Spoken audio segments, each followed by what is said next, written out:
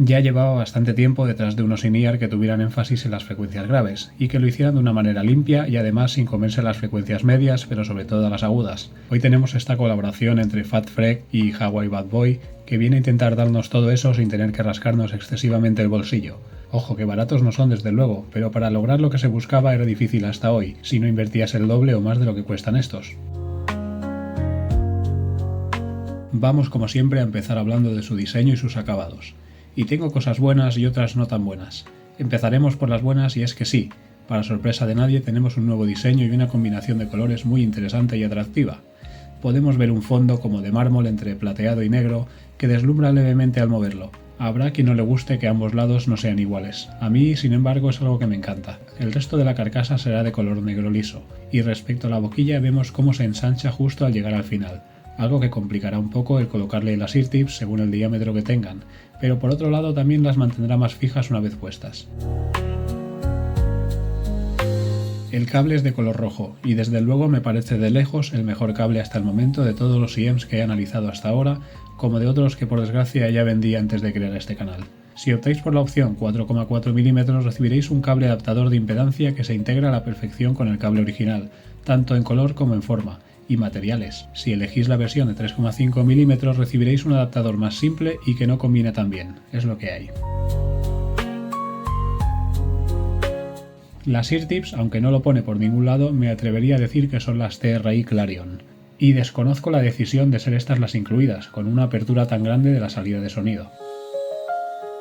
El estuche es bastante ridículo, eso sí, te van a caber los IEM sin el cable, y como mucho el adaptador de impedancia, las ear tips y bueno, la bolsita de gel antihumedad, déjala ahí dentro por si acaso, si la ponen es por algo.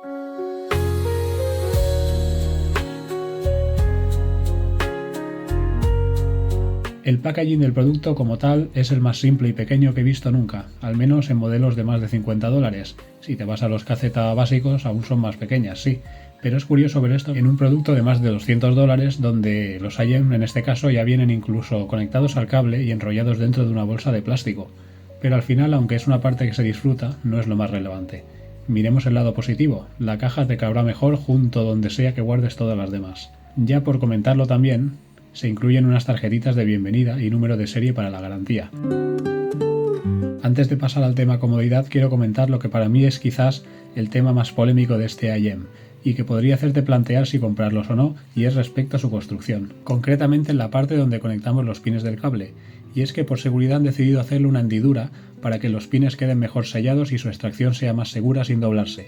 Esto de primeras parece algo bueno, pero tiene dos inconvenientes con los que me he encontrado. Decir que se encargan de avisarnos en una tarjeta adicional de que los extraigamos con cuidado y paralelamente para evitar problemas. Bien, pues al extraer el izquierdo de la manera más correcta posible, se me ha partido parte de la IEM dejando la parte blanca de la conexión al descubierto. Hablamos de una resina poco resistente ya que ni siquiera ha hecho fuerza hacia arriba, pero ha salido volando un trozo por los aires junto al cable. Y me temo que esto es el principio de otras posibles roturas si no dejamos el cable puesto de por vida. Por otro lado, si tu idea es utilizar otros cables o conectarlos a algún módulo Bluetooth, vete despidiendo, ya que esa hendidura en los conectores va a imposibilitar que uses cualquier otro cable que no sea el que viene de serie. Seguramente hay algún cable por ahí con un diseño similar que encaje, pero hay pocas posibilidades de que lo tengas en casa o que lo encuentres fácilmente.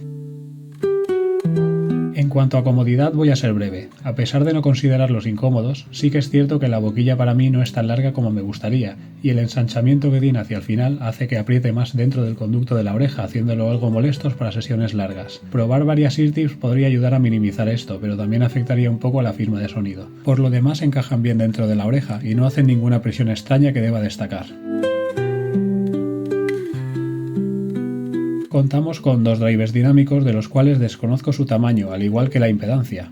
Lo que sí nos insisten y nos venden en su web oficial es todas las tecnologías exclusivas que tiene y que supuestamente ayudan a generar ese nivel de graves. El Bass Cannon 2.0, que es un sistema sin tubos con una cámara dinámica y alguna movida más, pero que a ti a nivel usuario la verdad es que no te va a cambiar la vida.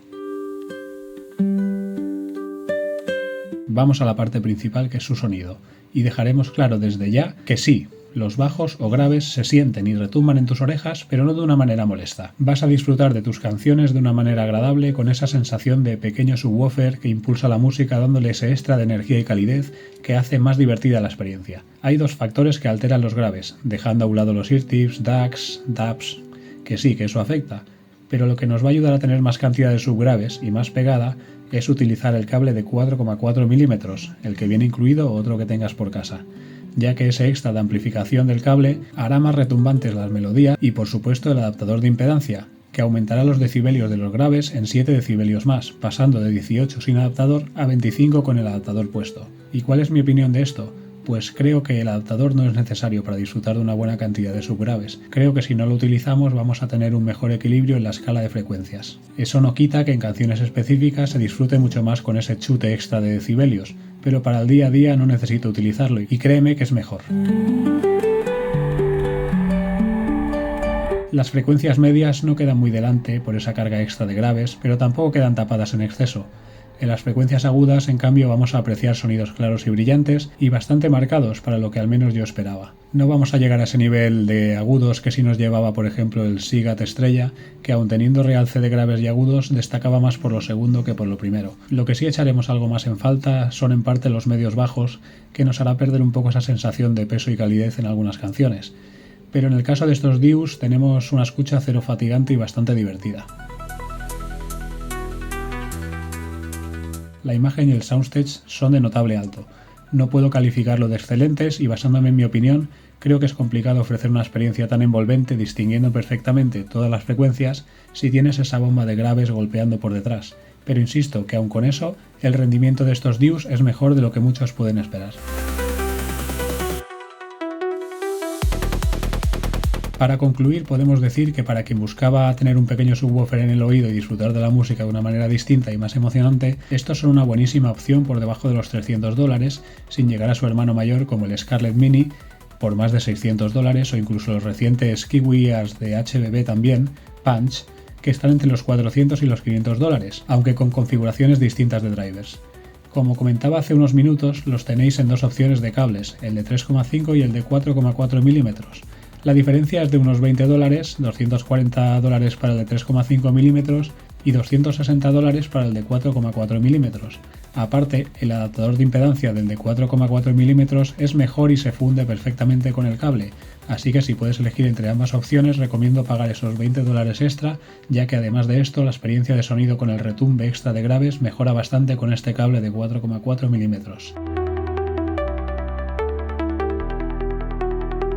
Gracias por seguir mi canal y si no lo haces puedes hacerlo a partir de ahora. No te obligaré, pero es tu forma gratuita de agradecerme el contenido que hago y ayudarme a seguir creando más. Y dicho esto, hasta la próxima.